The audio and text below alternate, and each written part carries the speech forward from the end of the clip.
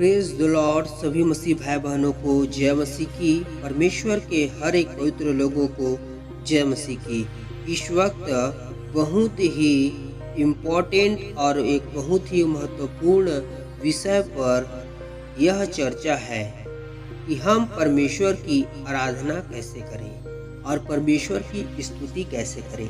बहुत से लोग परमेश्वर की स्तुति करते हैं, आराधना करते हैं, गीत गाते हैं। यह विशेष वचन उन लोगों के लिए है जो आराधना के समय, स्तुति के समय, परमेश्वर के गीत गाने के समय में कुछ न कुछ गलतियां करते हैं, जिसके कारण जो लोग आराधना और स्तुति कराते रहते हैं उनको परेशानी होती है। आराधना और स्तुति और जब हम गीत गाते हैं उस समय पर हमें क्या क्या बातों पर ध्यान देना जरूरी है। सबसे पहले आराधना स्तुति प्रभु यीशु मसीह की कोई भी कर सकता है और राजा दाऊद ने परमेश्वर की आराधना करने के लिए लोगों को नियुक्त किया। पहला इतिहास 6 उसका 31 आयत और 6 उसका 32 आयत, 15 उसका 16 आयत में गाने के विषय में लिखा हुआ है कि दाऊद ने परमेश्वर के लिए गाने के लिए लोगों को नियुक्त किया और वे ऊंचे स्वरों से गाए। और दाऊद ने स्वयं परमेश्वर के लिए गीत गाया, गीतों को लिखा और उसने परमेश्वर के लिए वाद्य यंत्र को बनाया और वह स्वयं भजनकार था, परमेश्वर की महिमा करता था। तो हमें परमेश्वर का गीत गाना चाहिए, परंतु हमें परमेश्वर का गीत जब हम आराधना के स्थान पर होते हैं, उसके भवन में होते हैं, उस समय पर हमें क्या सावधानी करनी चाहिए। देखिए, आप जब नए होते हैं हमें यह पता नहीं होता है कि गीत को कैसे गाना है, या जब कोई गीत को अगुवाई कर रहा है उसके साथ साथ हमको गाना है। और जब कोई अगुवाई कर रहा है तो वह जो स्वर में गा रहा है उससे बढ़ के हमारा स्वर नहीं होना चाहिए। या कोई वाद्य यंत्र बजा रहा है तो उसके जैसे हमको धीमे स्वर में बजाना है। आप अपने ही धुन में न रहें, क्योंकि आप जब ऐसा करेंगे तो आपके कारण लोगों को परेशानी हो सकती है। आप आराधना करते हैं, हो सकता है आप घर में हैं, वहाँ पर वाद्य यंत्र तो ज़्यादा नहीं बजाया जाता, वहाँ पर घरेलू प्रार्थनाएं किए जाते हैं। यदि वहाँ पे कोई अच्छा परिपक्व व्यक्ति, पुराना व्यक्ति गाना गा रहा है, गीत गा रहा है या वाद्य यंत्र बजाया जा रहा है उसके द्वारा, तो आप उसे ओवरटेक ना करें, मतलब उसके ऊपर पर आप ना गाएं।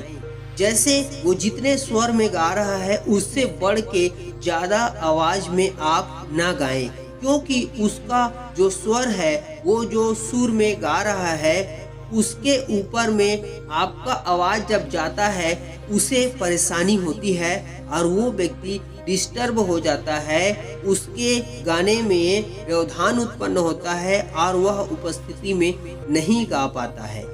और जब आप गाते हैं तो आपको सबसे पहले, आप प्रभु के लिए गीत गाना चाहते हैं, आप तो कोई भी स्वरों में गीत गा सकते हैं, जैसे आप चाहते हैं इच्छा में वैसे आत्मा में गीत गा सकते हैं, परंतु यह भी आवश्यक है कि आपको गीतों को सुनना चाहिए। सबसे पहले आपको गीतों को सुनना चाहिए। आप मोबाइल से परमेश्वर के गीतों को सुन सकते हैं। आप YouTube के थ्रू आप जा करके परमेश्वर के वचन को सुन सकते हैं। ऑडियो में पहले आप जा करके गाने को सुने।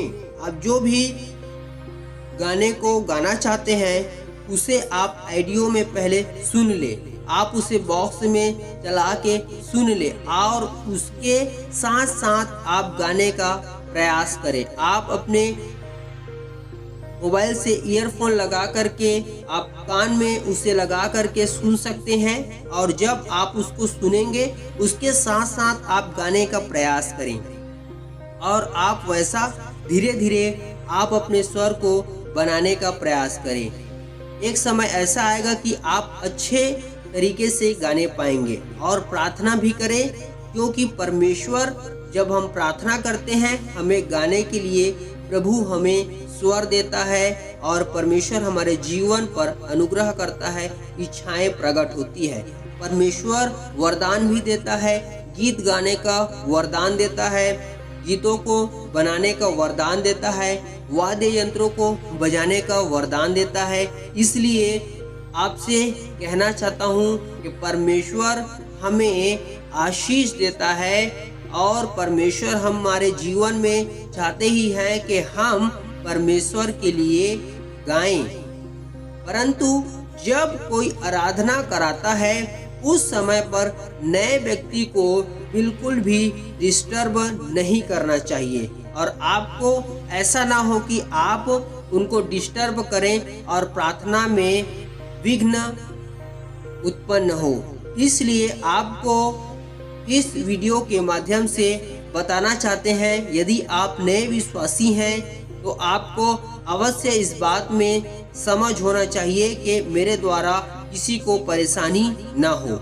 इसलिए आपको यह बात बताया जा रहा है कि आप जब वर्शिप करते हैं, आराधना करते हैं, उस समय पर आप अपनी आवाज को धीमा रखें। आप जो कोई भी लीड कर रहे हैं, अगुवाई कर रहे हैं, उनको ओवरटेक नहीं करना है।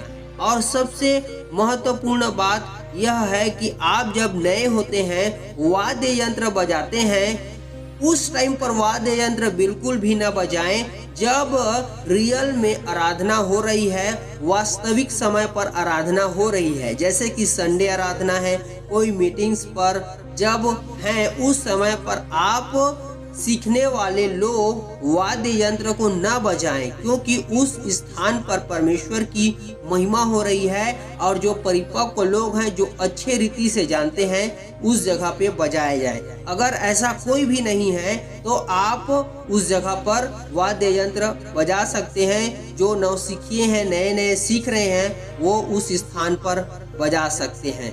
और दूसरी महत्वपूर्ण बात यह है कि जब आप घरेलू प्रार्थना कर रहे हैं, उस स्थान पर आपको अच्छे से गीतों को तैयारी कर लेनी है, और फिर उस गीतों को गाना है। आप ऐसे गीतों का चुनाव कर लेते हैं जिन गीत को आज तक न तो आपने सुना है, न तो उसे आपने किसी को गाते हुए देखा है। उसके बावजूद भी आप उस गीत को जैसे पाते हैं वैसे गाते हैं। ऐसा बिल्कुल भी नहीं है। जितने भी गीत लिखे गए हैं वो सभी के स्वर होते हैं, सुर होते हैं, और उसी लय में उस गीत को गाया जाता है, तब वह अच्छा होता है। इसलिए आप जब अपने पास में गीत पुस्तिका रखे हैं तो उन गीतों पर आप टिक लगाइए जिन गीतों को आप गा सकते हैं, या जो गीत इंटरनेट पर अवेलेबल है उस गीतों को आप पहले गाएं, और उस गीत को भी आप पहले गाइए जो आपकी कलीसिया में लगातार गाए जा रहे हैं, आसपास की कलीसियाओं में गाए जा रहे हैं, जिनके द्वारा परमेश्वर का अभिषेक उत्पन्न होता है, जिनके द्वारा जीवन में शांति आती है। उन सारे गीतों को आप गाएं। और सबसे इम्पोर्टेंट बात यह है, आप जिस क्षेत्र में बढ़ना चाहते हैं वैसे ही आप गीतों को गाएं, क्योंकि जब आप आराधना में, धन्यवाद में, पवित्रताई में और परमेश्वर के दान वरदान अभिषेक में जब बढ़ना चाहते हैं, उससे रिलेटेड आपको गीतों को गाना है। पवित्र आत्मा के अभिषेक को प्राप्त करना चाहते हैं तो पवित्र आत्मा के अभिषेक से रिलेटेड संबंधित गीतों को आपको गाना है। और यदि कोई इस समय पर वर्शिपर है और इस वीडियो को सुन रहे हैं तो हम उनसे कहना चाहते हैं कि आप वर्शिप जब कराएं तो आप प्रचारक से पूछ सकते हैं कि आप कौन से विषय पर प्रीच करने वाले हैं। यदि वो बता सकते हैं कि हाँ आज मैं पवित्र आत्मा पर प्रीच करने वाला हूँ, पवित्रताई पर प्रीच करने वाला हूँ, परमेश्वर के वरदान पर प्रीच करने वाला हूँ, या मैं परमेश्वर के आराधना पर प्रीच करने वाला हूँ, तो आप वैसे ही गीतों को गा करके आप वैसा माहौल क्रिएट करके रखें ताकि प्रचारक को एक अच्छा रास्ता मिले कि उसके वचन प्रचार के समय पर गीतों के जो ट्रैक्स बने हुए हैं उनके थ्रू लोगों तक वो आसानी से पहुंच सके और परमेश्वर का वचन और अधिक तेजी रीति से लोगों के जीवन पर कार्य करें। तो हम वर्शिपर का यह एक जिम्मेदारी भी होता है कि कैसे प्रचारक आ रहे हैं और वो किस तरीके से प्रीच करने वाले हैं, उसकी जानकारी अगर हमें होती है तो यह हमारे लिए बहुत बेनिफिट होता है और परमेश्वर के राज्य के उन्नति के लिए बहुत बेनिफिट होता है।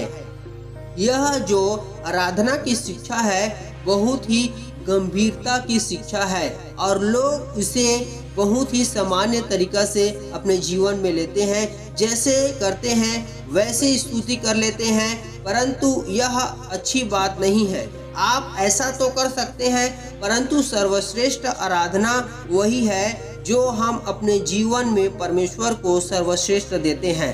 आप यदि सुन रहे हैं तो आप ऐसा फॉलो जरूर करें और आपको कोई परेशानी है या आपको कोई प्रश्न पूछना है तो आप कमेंट बॉक्स में उसे जरूर लिखिए, क्योंकि आराधना का विषय बहुत ही महत्वपूर्ण है। और सबसे बड़ी बात यह है कि जब आप वर्शिप के समय पे रहते हैं उस समय पर आपको परमेश्वर में ध्यान लगाना है, ना कि गीत में ध्यान लगाना है। बहुत से लोग ऐसे काम करते हैं कि कोई सामने वाला गीत गा रहा है उसका कॉपी करते करते वो गा रहा है, जब वो दूसरे पॉइंट को ना गा करके सीधे तीसरे पॉइंट को गाता है आत्मा में, तो प्रथम व्यक्ति जो उसको सुन रहा है वो यह समझने लगता है कि ये गाने को भूल गया और ये जो वर्शिप कर रहा हुआ व्यक्ति है उसका माइंड हो जाता है डिस्टर्ब और वो गाना को दूसरे पॉइंट को गाना चाहता था लेकिन वर्शिप कराने वाला तीसरे पॉइंट को गा दिया आत्मा की अगुवाई में। इसलिए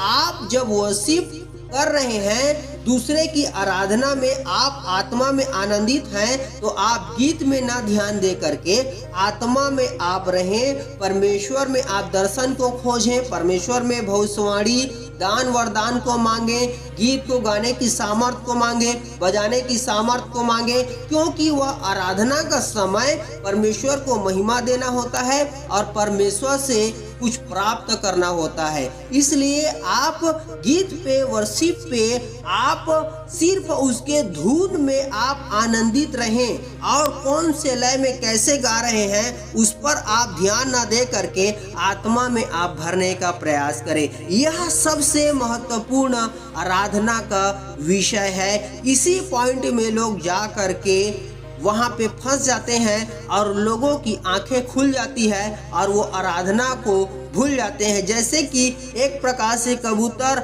आ करके बैठने वाला होता है, लेकिन जैसे ही हम हिलते हैं वो तुरंत उड़ जाता है, आत्मा आने वाला रहता है और जैसे ही हम ध्यान लगाए रहते हैं और चूक होती है तो वो आत्मा का अनुभव है हमारे ऊपर से उठ जाता है। इसलिए हे परमेश्वर के प्रिय लोगों, आप आराधना के गंभीर विषय को समझें। इस समय मैं इस विषय को सामान्य तरीके से इस वीडियो पर बोला हूँ। आने वाले समय में परमेश्वर का आत्मा अगुवाई करेगा तो विशेष रीति से इस पर वीडियो अपलोड होंगे और विशेष तौर से आराधना पर होगा ही, लेकिन प्रार्थना पर भी एक विषय होगा कि हमको प्रार्थना कैसे करनी है, कितने तेज आवाज में करनी है, कहाँ पर कैसे प्रार्थना करनी है, कितनी बड़ी और कितनी लंबी प्रार्थनाएं करनी चाहिए, कितना छोटा प्रार्थना प्रभावशाली होता है, कितना बड़ा प्रार्थना प्रभावशाली होता है, ये सब के विषय में देखेंगे। तो इस वक्त आपको परमेश्वर के आत्मा के अगुवाई के अनुसार यदि आपको नहीं पता है या आपको नहीं पता था तो आप जान लें और परमेश्वर आपको आत्मा की अगुवाई के अनुसार सिखाता है कि आप एक अच्छे आराधक और एक अच्छे वसीपर और परमेश्वर की स्तुति करने वाले, परमेश्वर के भजन गाने वाले बने, क्योंकि परमेश्वर अपने लोगों को जब गाते हुए देखता है तो वह अति प्रसन्न होता है। परमेश्वर में आप अच्छे स्वरों से भर जाएं, परमेश्वर आपको अच्छा स्वर दे, परमेश्वर आपके जीवन पर अपने आत्मा की अगुवाई से अद्भुत गीत बनाने वाली सामर्थ्य को दे और आप परमेश्वर में अधिक से अधिक गीतों को बनाने वाले हो जाएं। स्वर्ग का परमेश्वर आप सबों को मीठा स्वर प्रदान करे। यीशु आपके जीवन पर निरंतर अपने अनुग्रह को बनाए रखे। यह आपके जीवन पर आशीष प्रकट होता रहे। परमेश्वर हम सबको आशीष दे। God bless you. Praise the Lord. आमीन।